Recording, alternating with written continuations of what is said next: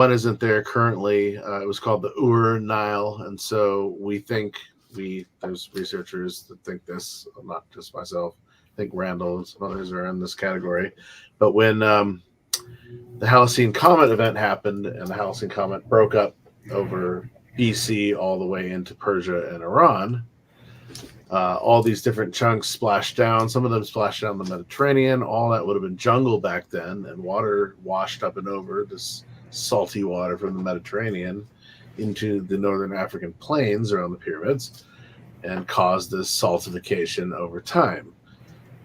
Right, and the deserts, the satellites that are there. Yeah, the Germans looked at satellite plottage of this and were like, "This is an ancient, waterway here. There was water that came over quickly," and so this is also interesting. I was chatting about this yesterday with Ryan Velli, but in Libya, they found on the border of Egypt and Sudan and Libya, they found this massive underground water aquifer, and so there was a huge project. In the early 90s, late One 80s. of the reasons why they took out Gaddafi was because... No, of course. And sadly, the whole water aquifer was bombed. And there's a lot. So was his canals that were going to grow like new garden oasis of Libya. Well, so I got into it, and this is the weird part. I was looking at recycling programs. I was working with a company called Precycle at the time, and so the whole idea behind Precycle, ingenious idea, is if we have to recycle something, we've already lost, right? Okay. So if you bake into its existence the ability for it to be recycled, reused, right? Make it reused or right. And so I was looking into Precycle programs. I lived in Hawaii for a minute. We were trying to convert a lot of the biomass there into like those clamshells that you get for to-go packages at hotels and restaurants, because everything in Hawaii is shipped there, and it was really sad to see that. It's like all the styrofoam's coming there. It's like, why? You have this biomass from the cane field totally reused. No wonder all the turtles and dolphins are dead. You get school projects involved in this, and you can get a hotel. I mean, it was a great plan. Anyway. Regardless of that, that's my IP. Just kidding.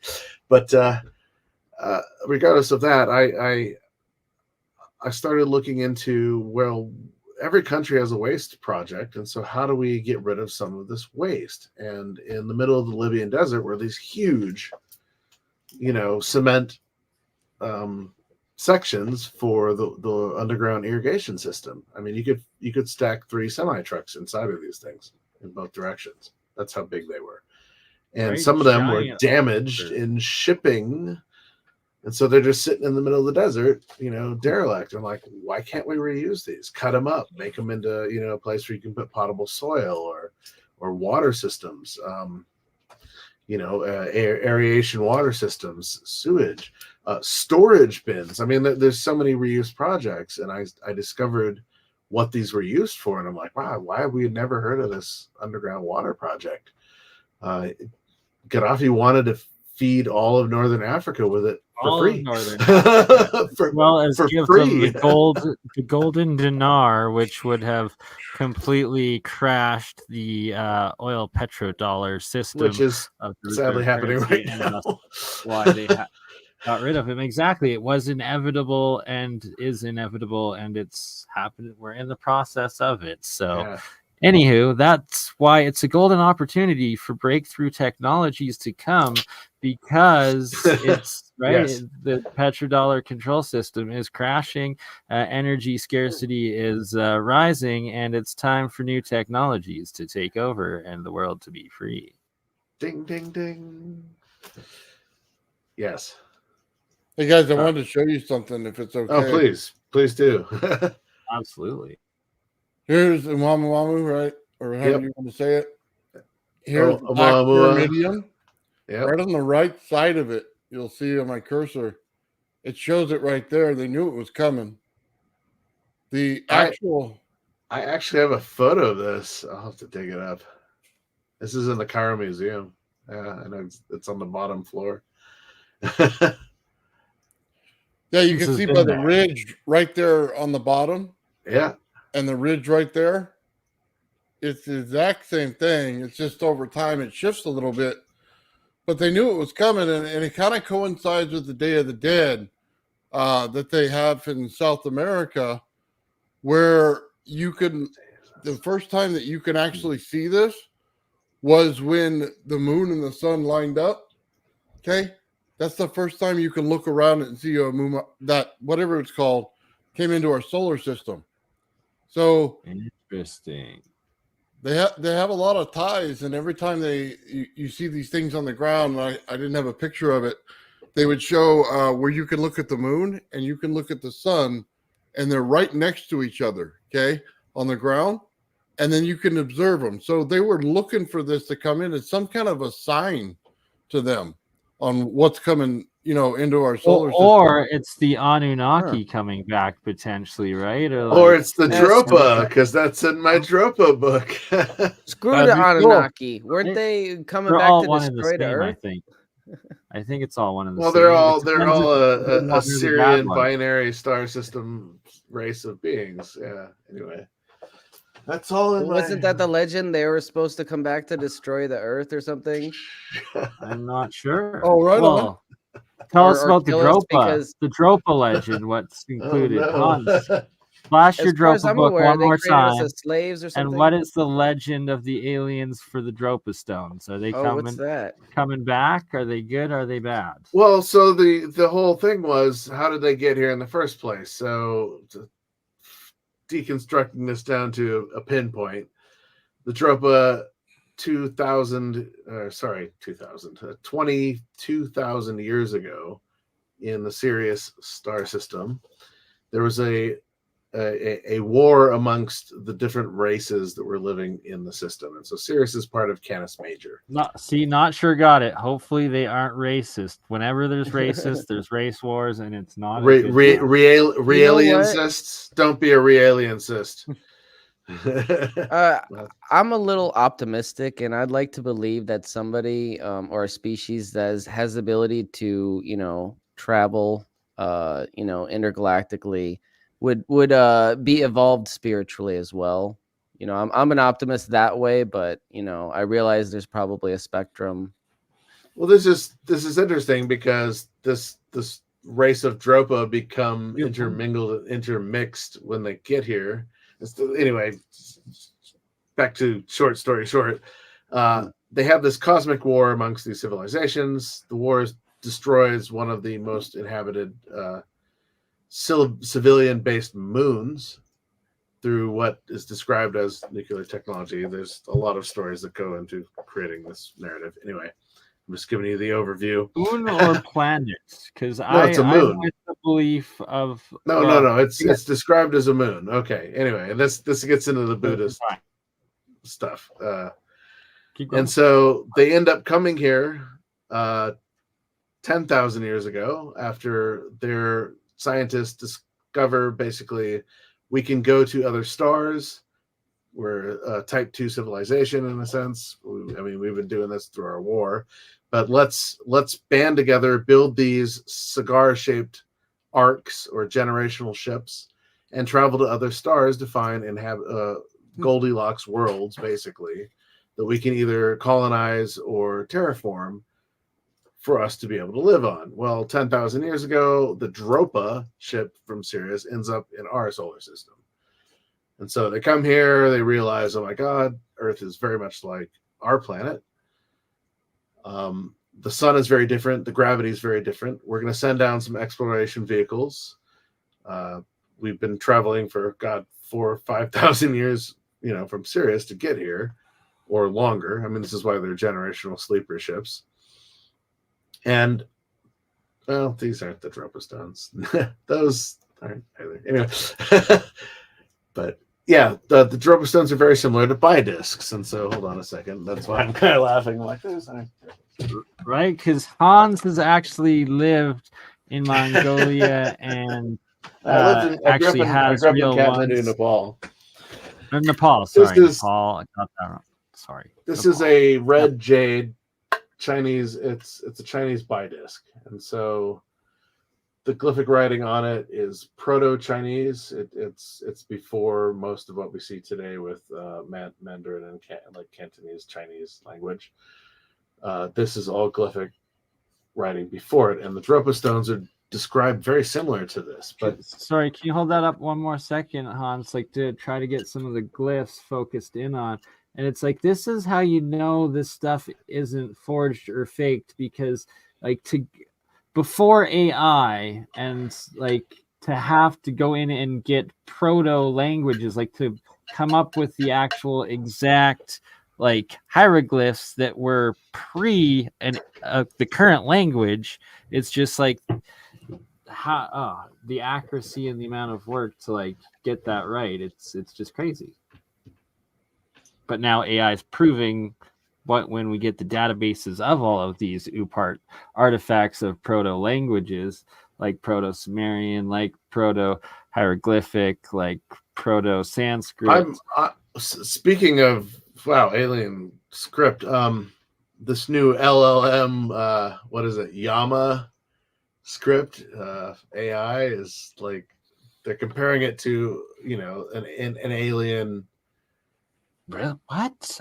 Interaction. Yeah, no, you got to look this up. Yeah. And that also is, I should have sent you that article as well, because that was kind of part of where I was going with the synthetic DNA. Okay, how do we spell the script? Llama, LLAMA. Just look it up under articles. They're describing it as it's like beyond alien. It's so fast and incredible. Sorry, one more time. LLAMA, Yama, right? Like Yama Sutra, my friend. that's Kama Sutra. That's funny because that's what we called our crew when we were in Peru. The Yama Sutras. I like that. Yama Sutra. Gotta be invented. Right? Did I get it? Hold on. My business colleague sent it to me. I'll find it here on my phone real quick. I think I didn't get it. I got something else. Hold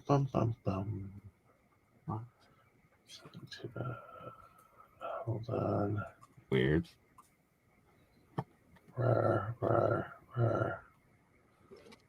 Nope. Okay. I had put llama first, and all that came up was llamas.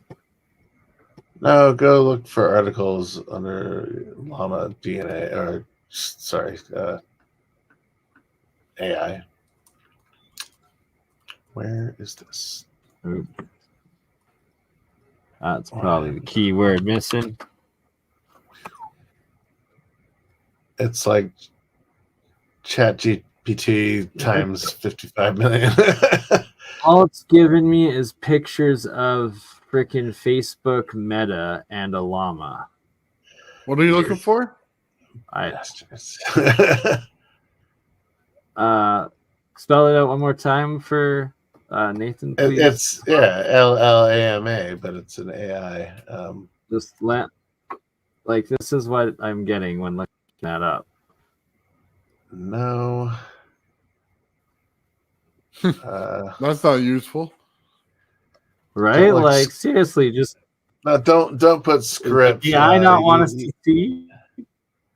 No, you want an article. You're looking for this one. Cool llama. Put up llama AI alien. Cool marketed. Yeah. No, anyway. Alien. Yeah. No, go back to all, not images.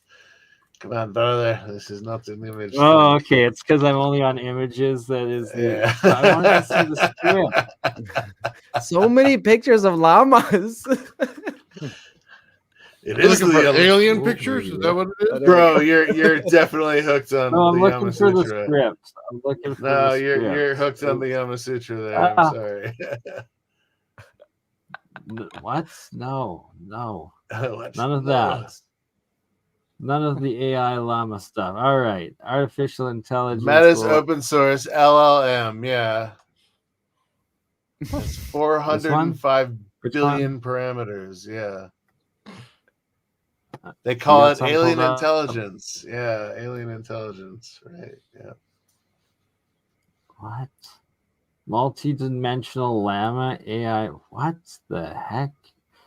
Rabbit hole are we going down here? Alien llama AI. What? So again, it's like what have we been receiving from this radio? Hole. Look at the llama hole. Hashtag llama hole. Hashtag AI llama hole. Ooh la la la. Okay.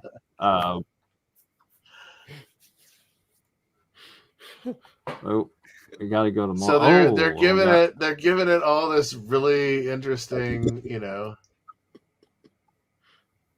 bingo. I mean, is clickbait headline or not? Right? Like what the? So in the article you were just in, they mentioned, yeah, exactly, SETI. And so here we have this radio, telemetry out there in New Mexico, wherever it is, Arizona, New Mexico, and receiving radio, data from this repeating burst every 20 minutes from a specific sector of the stars. And so in 2017, they released, again, all this information about synthetic DNA. And, is this our ability to start talking with aliens? And all of a sudden, wow, there's 36 communicating alien races in our sector of the Milky Way. And it's just like, well, are we eavesdropping on them? Are we part of the conversation? What's actually going on here? And then, so you got synthetic DNA. If you think about contact, you're sending all of this information from Vega in that sense. Well, talking about Oumuamua came supposedly from a Vegan trajectory or Syrian trajectory, depending, but it was slingshotted and got into its gravitational rotation. I say gravitational because the way that it's spinning, it creates an artificial gravity inside of it if it was hollow. And so that would have basically happened around the magnetic attraction of a binary star system. Well, Sirius is in the area of Vega in the sky, and so interesting. In contact, we get messages from Vega, so Oumuamua, Vega, contact Vega. But here we are receiving possibly a code that teaches us how to build a genetic DNA that could be used as a alien avatar, perhaps. I mean, I was talking about this earlier tonight. My father started bringing this stuff up to me, and so we had these back and forth conversations about this, which blew my mind because my father's like very sincere and solid cultural anthropologist, but he was kind of into the whole Bigfoot thing when he worked at Washington State University. His office was next to Grover Krantz, huge Bigfoot expert back in the 70s and the early 80s. And then when he worked in Bhutan, his flat that he rented was across the street from the entrance to the Soktang Wildlife Preserve, which is a preserve for the Magoi, which is the Yeti or the Bigfoot of Bhutan, the wild man that smells like rotting garlic. And so I was like, oh, I never, I kind of thought he was into some of these subjects, but he never really alluded to it until recently, And so the joke was, back in the day, he was a social forester. Oh, I talk to trees, right? That was his joke with a friend of mine. And then he started talking about studying microchloral anthropology. And well, what's that? Well, it's the study of little green men. And so, microchloral anthropology. It's a joke. It was my dad's joke. Okay. But if you think about it, microchloral, right? Little green or little blue green. And anthropology is a study of humanity or man, in a sense, so little green men. Oh, it's a brilliant pun. I love it. Oh, seriously. And it's also a dad joke too, so it's right up my alley. So that was, his whole shtick. But, in the last few years, he's been sending me these crazy articles all the time. And in 2017, we started corresponding over radio waves, synthetic DNA to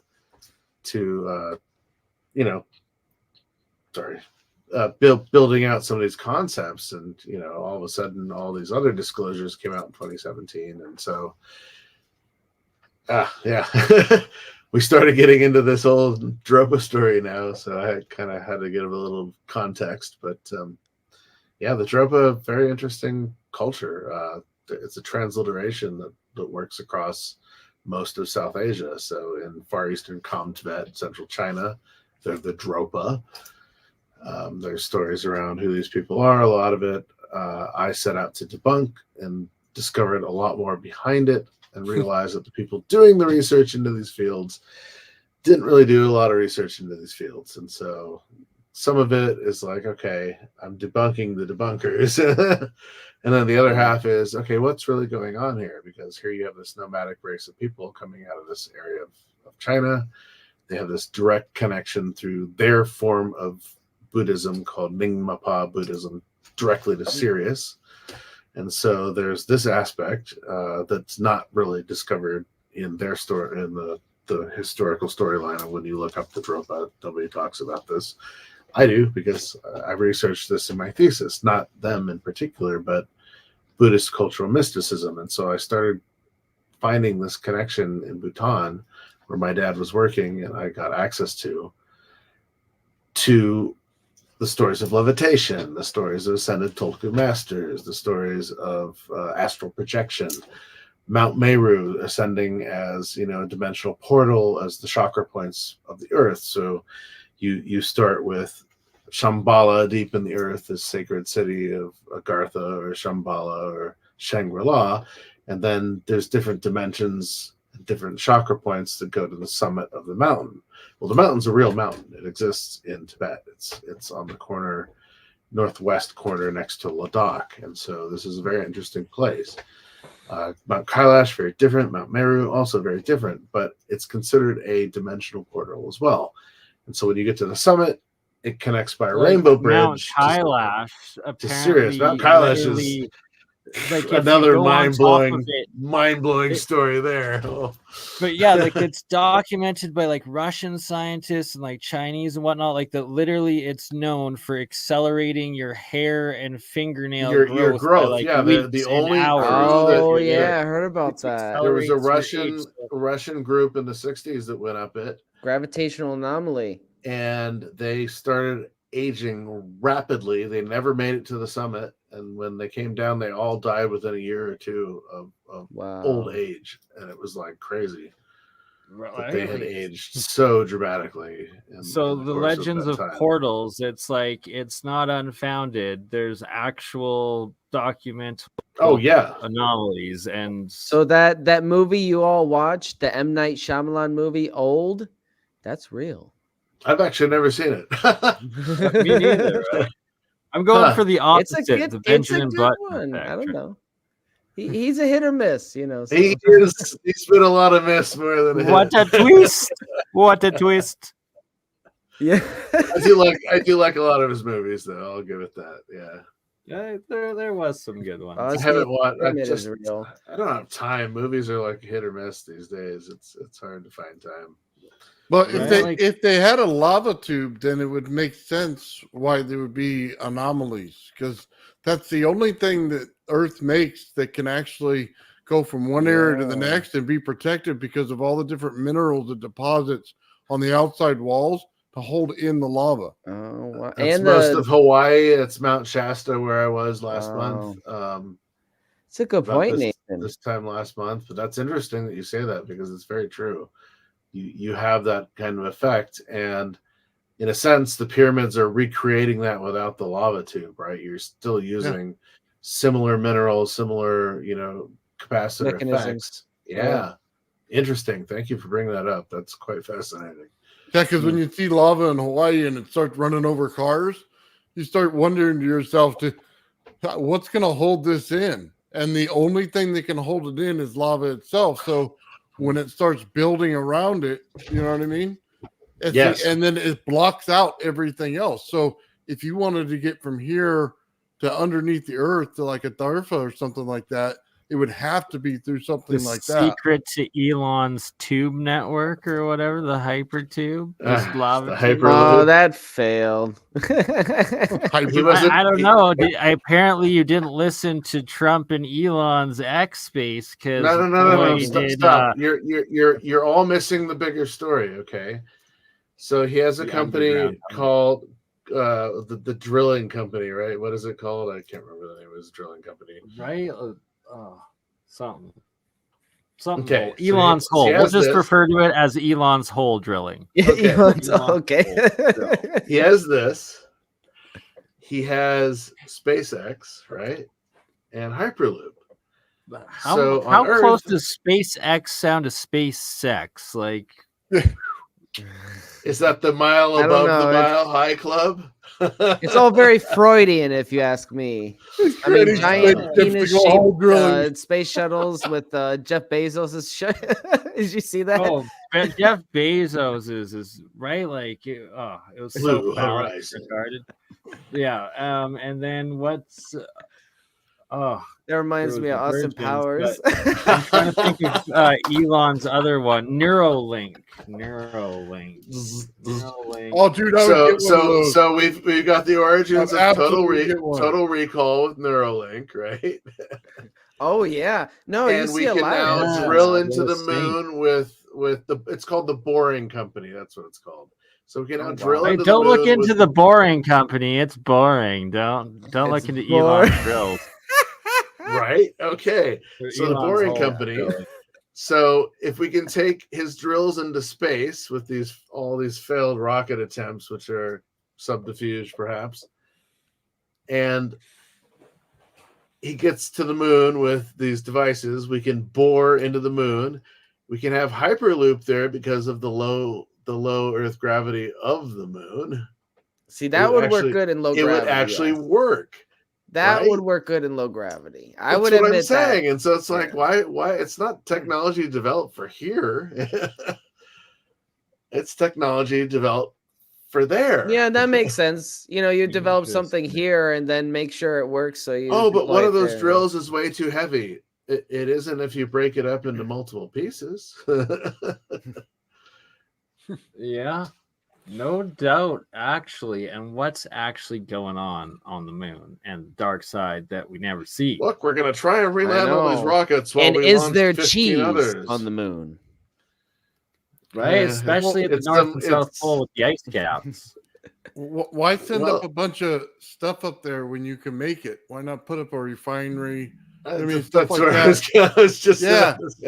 Why not? That's the right way to go. Roquefort, that's what I think. Bring some orange peels and your good brie, and then you make the good Roquefort on the moon, and you will have the most amazing dreams you've ever had in your life because all that cheese is exposed to cosmic rays more so than here and there. And H3 or O3, one or the other. I think it's H3 that's all over the moon, isn't it? Hydrogen. H2 or H3. Yeah.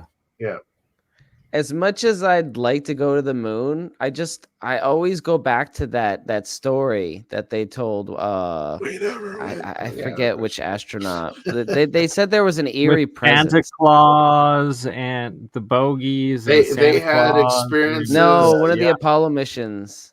Even on Apollo 11, they had experiences with meeting their ancestors when they were coming into the orbit of the moon. And all three, Michael Collins, they all talked about this. But they said when they were on the surface of the moon, they felt like they weren't welcome. They were being watched, right? Yeah, they were. Have you seen the lost tapes or then the lost radio transmissions? Like they literally are describing like being chased around and shit. Like it's crazy. Yeah, no wonder they look like clowns. No, just kidding. It's interesting stuff. And then that jerk who went around and he tried to get one of them to admit that he was on Joe Rogan's recently, actually. Oh man, what a jerk, man! I would have punched him too. What did he do? Bartrell or whatever his name is. All the flat one of the astronauts. Yeah, he kept on bugging this astronaut. He bugged Buzz Aldrin, and Buzz Aldrin punched him out. Yeah. And then he went to somebody else's house. God, who was it? It was not. Don't mess with Buzz. It was Armstrong. No, he went to Armstrong's house, and he didn't want to answer any of his questions, and so he left. And Armstrong's son, Neil Armstrong's son or whatever, was like, "Can we call the CIA to whack him?" And they had left the mic on him, and so he caught all this on tape. Bart something. What?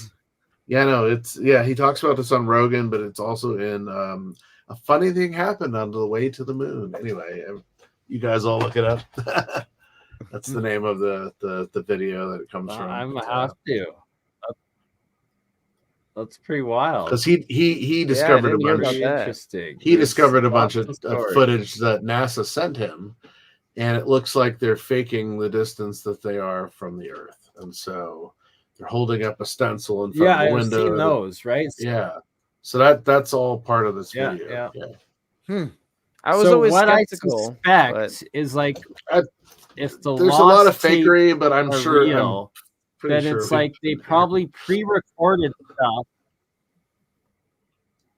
Yeah, it's that we actually went, but they had pre-recorded stuff and fake stuff for whenever they encountered anything or whenever anything went wrong, and then they just put that on and switched over to the private channels, sort of thing. That's what I suspect to be the case. That makes the most logical sense. Who knows? Out of that? Who knows? Yeah, no, I always thought it was a healthy dose of real, the real and pre-recorded, but because they did have still shots that they pre-recorded. I have a book that I sadly typed from a client of mine years ago. It was sitting on the coffee table. TV. And I'm like, no, it's one of the anniversary Apollo books. And I'm like, I really want to borrow this. And so I just borrowed it. Never didn't end up working for the company after a while. And so I never actually brought it back. I have it on my shelf. And man, I see what Widener is talking about with lines in the photography where you can literally see where the edge of the front screen projection is with the edge of the set. And they're in almost every photo. It's they have faked the atomic blast when you see them. You see all the stuff. All those houses that are rippling apart are all models. But the camera doesn't move. Yeah, exactly. Exactly. The camera doesn't have any shocks coming to it. It has no blast coming to it. It looks perfectly clear. Well, I was always wondering with those ones. Well, with those ones, there should have been radiation interference in the actual footage and film, right? I was like, where the F is that? And clearly. Where is camera? Well, it's miles away. But still. Well, at least what they released to us. Right? Yeah, we don't have a zoom that good. Okay, not for an atomic blast. I'm sorry. It doesn't work that way. Well, I love that our orbiting satellites of our own planet can zero in on a golf ball in somebody's trunk 3 stories underground in a parking garage and read you the label on the golf ball. But when they show us photos of the Apollo landing sites on the moon, they look like Twinkies in a rubble field. I mean, it's can we not? The LRO has better camera technology on it than most of our satellites that are photographing a golf ball in the backseat of a car in a parking garage. Did you see the ones they have of Mars? Where it says it's not actually red on the surface. Where I've actually done the adjustments. So Richard Hoagland talks about this in his book Dark Mission. Richard Hoagland's great. Yeah, Hoagie. But it's interesting because I started. Cydonia also relates to ancient Egypt, and so the whole land of Phoenicia that wrapped around. It's along the 33rd degree parallel where all the pyramids are, and the Sphinx is called Cydonia. Well, what did NASA or Farouk, the NASA Egyptian scientist, name this area of? I believe he named it. I might actually be wrong. I know he was part of the Apollo stuff, but this is also the early 70s when we went to Mars with Vikings. So yes, And interestingly, with Viking, real quick, they discovered water in the atmosphere. So there was water discovered on the Viking mission, but they never talk about it. It's in the papers if you read them. But there's water in space. Of course, and right. this is what I was going to ask you guys. What ice caps of Mars, what your thoughts are moon, about fluidic space? But real quick, the area that they were most observing around Mars was the north 33rd degree parallel, right? This area that Hoagie talks about, where the vortex would spin in a tetrahedron or a reverse tetrahedron inside of the Earth, and where so the Mount. Hawaii, all these major sites, major activities are. Okay, this is the 33rd degree in a sense. Okay, and so this area that they found these derelict pyramids on Mars and the supposed face, right, is on this 33rd degree north parallel, and they named it Cydonia. And so here we have this direct relation to the ancient Phoenician Commissions. Boom. Cairo is an Arabic word that means Al-Kahir, or Al-Kahir, and it is the city of Mars. That's what it means, Cairo. Is this evidence of a Stargate, everybody? Oh, wow. Potentially. Robert recorded this somewhere. Who was it? Robert Mock? No. Wait, go back to that real quick. Yeah, absolutely. Oh man, I said Stargate. I got excited and knocked shit over. Interesting.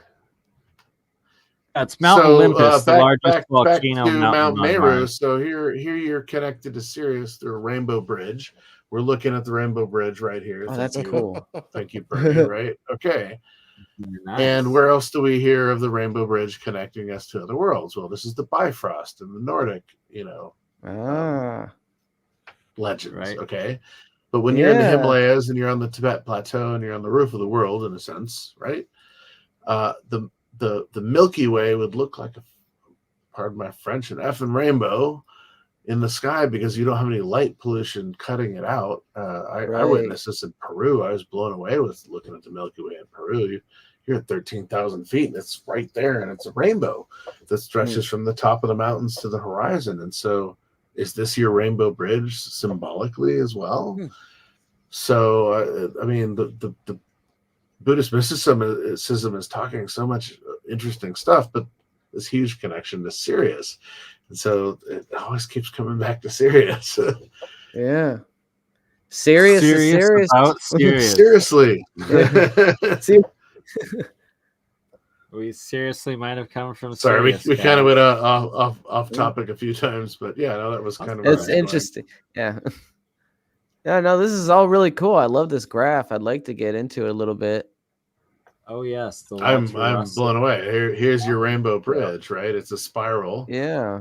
If you were to look at this in a dimension, it would be spiraling, right? You got all your elements there, and then and inert gases and noble gases. Wow. That makes so much sense.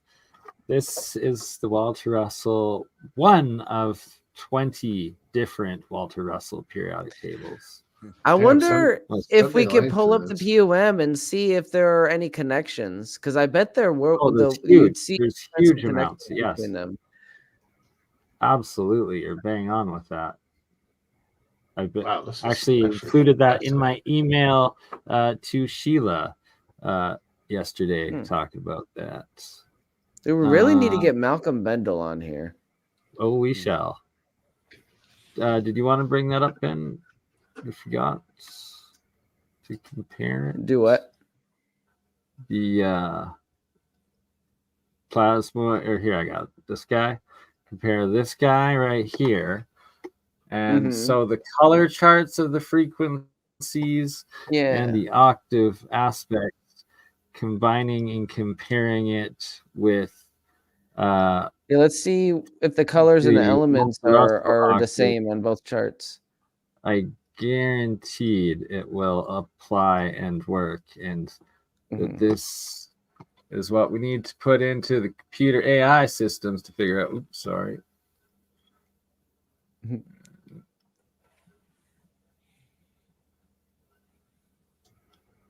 Just like to cobalt say that there looks like a lot of them is in the yellow. Them Solomonic sigils.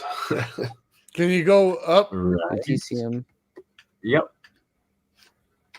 So aluminum's in the 5th octave. That's exactly where I get more power in my device. Oh boy. Yeah, that's crazy. Right? Wow. It takes it exactly to the 5th octave to get more power. Oh, Boom. that makes sense, Nathan. That's awesome. Walter Russell confirmed. You guys want to see a cool video? Yeah. I got one for you. He's always, yes, please. Take a look, see. Please take this. Hold up. Oh boy. There we go. There we go. Could be the cost, so all good. Just don't want to get copyright striked. All right. What it exactly? Gets so much static on the plate, it lifts. So this is interesting. I've had a conversation about this, something similar to this. When I was in Hawaii at the Nassim Haramein shout out Nassim Resonance Academy. The Resonance Project, yeah, in 2013. There were a couple of guys that were showing off devices like TT Brown devices, where it was a today you do it with 3D printing, but back then they were, it was cut basically. So it was these cut pieces of some sort of resin, obviously nothing that's conductive, and then they coil wrapped and braided like 5 mil copper wire around the thing and attached it to a battery source and charged it. It was like a 9-volt battery. And they charged the thing up and it started spitting out all the colors of the rainbow and white all at once, lifted off the table for 3-4 seconds and then dropped back down. Like in a corona discharge? Yeah, almost? Very much. Yeah. The color of magic. But it had different colors? Yeah, all at once. It's like it's how the color of magic in Terry Pratchett's books are described. Octavian, they call it. It's this white light that has all these lights. It's sending waves to the ether. Correct. I get white, purple, pink. Bingo. Yeah. Okay. This is all those colors in high voltage. Yeah. This is exactly what I'm talking about. Yeah. The color of magic, basically. Yeah, it all depends on how many. So here, I put fantasy writer talking about this in his books about magic, and it's literally what you see when you see these devices go off. And so, I was blown away seeing this. I mean, and I'm an artist. I'm not a scientist, so in my mind, it's like, what am I looking at? How do I wrap my mind around what I just saw? I just saw this thing lift off the table after being charged and float on its own free will, generating energy before it fizzled out, basically. And so that's laboratory bench. I mean, if you could plug that into a battery that continually generates, then man, you've got lift forever. But Hans, you really need to track that guy down. Jeremiah. Everybody keeps telling. I know. He last time we chatted about that, he's like, "Dude, you gotta." I need to see. But what interesting aspect of that rainbow coloring, and that what's Mehran Keshi teaches with Keshi Foundation with his nano coating with flame, when you right before you get to the red hot level of a metal of heating, before you get to that state, you'll actually turn it. It'll turn like a shimmering silver and then to rainbow color. And it'll just give you rainbow everywhere, right? And that it's like it's this meta state. It's melting down the outer shell of because it's burning from the inside of the matter and like breaking it into light and plasma. Yeah, that's the last burst. It's the last light of taste the setting rainbow sun that shines upon the keyhole, right? Quoting. And I gotta state with what Nathan was saying with the purple and the pinks, that's like your UV spectrum and like the cold side of electricity and voltage and energy as opposed to the infrared. That's the hot side. It's I get that with my Tesla coil. When you start to get really, hey, colors, so it's like inverse side. here. It's inverse. That's interesting. Because you have to add amps to get the different colors. So depending on how many amps you get, the color you get. So it'll go from pink to, you put in less amps, it'll get to a purple. You know what I mean? And it'll go back and forth. One thing I wanted to do was rotate it and then put in like a butane torch to it and just heat the metal while I was doing it. I bet I can get a bunch of yellow and, you know what I mean, whites and stuff like that to come out of it. Definitely do experiment with that. So Ben, you were talking earlier about amplification of light and light sources, and when you start overlapping light, you get this pure white light. Well, this is what red, green, blue is. And so when you use a red filter, a green filter, and a blue filter, and you overlap them in that Venn diagram in the middle, you get a brilliant white light. And so, and interestingly, this is kind of the alchemical light in one aspect. But then when you combine pigments, right? So red, green, and blue, you get this rich alluvian black, this prima materia. So here we are with the alchemical symbols, right? You have your fire and your light and your soil and your water. And so the fire of the light is what creates this white brilliance. And then the prima materia, I have to just interject quickly. Metamaterial creates the darkness. Anyway, this is exactly what I need to learn. No, you're bang on with about is the alchemical. Symbolism. So that's what I'm going to state and show right here is that the ancients were very advanced in their understanding of elements and their different states of matter, and that in fact fire is plasma, the highest state. Then you have water, which is liquid.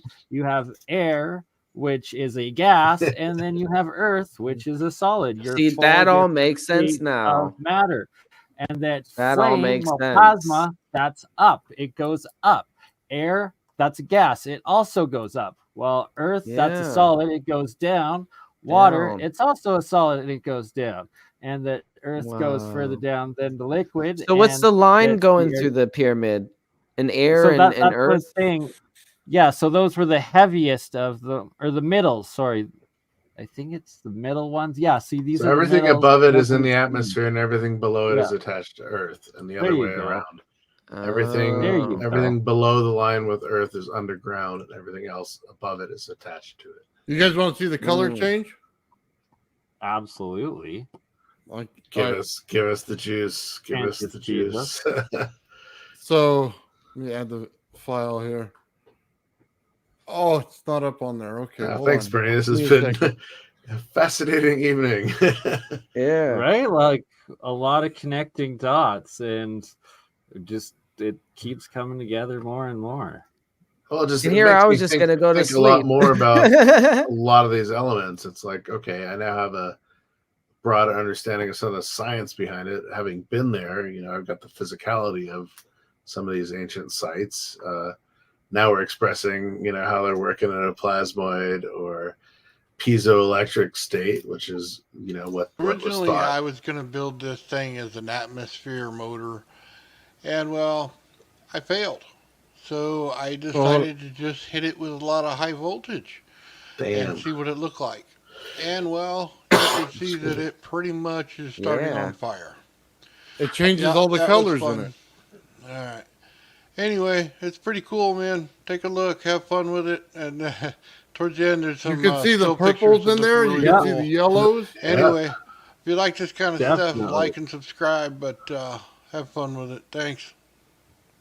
You're gonna have to do the torch to it next, but yeah, you can definitely see the purples, the yellows. Take a low or a high frame rate camera to it, and then slow it down. Yes. Good idea. You should do, yeah. So that's the original electric arc before it caught fire. Yeah, interesting. Yeah, so it goes from like a plasma, like a little purple state, goes into white. It all depends on the heat. So as the plastic behind it was heating up, you start to see the more white, you know what I mean? The yellows, stuff like that. So that's why like a plasma torch with some aluminum as it's spinning would probably put off a beautiful rainbow. So just a little high voltage fun. Interesting. I got plenty of those. All righty. Well, we're almost at the 2-hour mark, so I'm end it now just because then we can try out the AI feature and get several little shorts automatically made out of this, and let all of you lovely people get some sleep or rest or back to your work and projects. And Ben, Nathan, probably see you later tonight for Fringe or Free Energy Friday. And Hans, my man, always a pleasure. Thanks again, brother. A pleasure. This was nice talking to you. Thank you. Likewise. Sorry you cut out. I kind of had to take the torch and just storytelling around the campfire. So it's Hans's show on the Woo Woo Wednesday on a Thursday that turned out to be Friday. So let's do this again next actual Wednesday. And until then, my friends, we will see you this night, this evening, and ta-ta.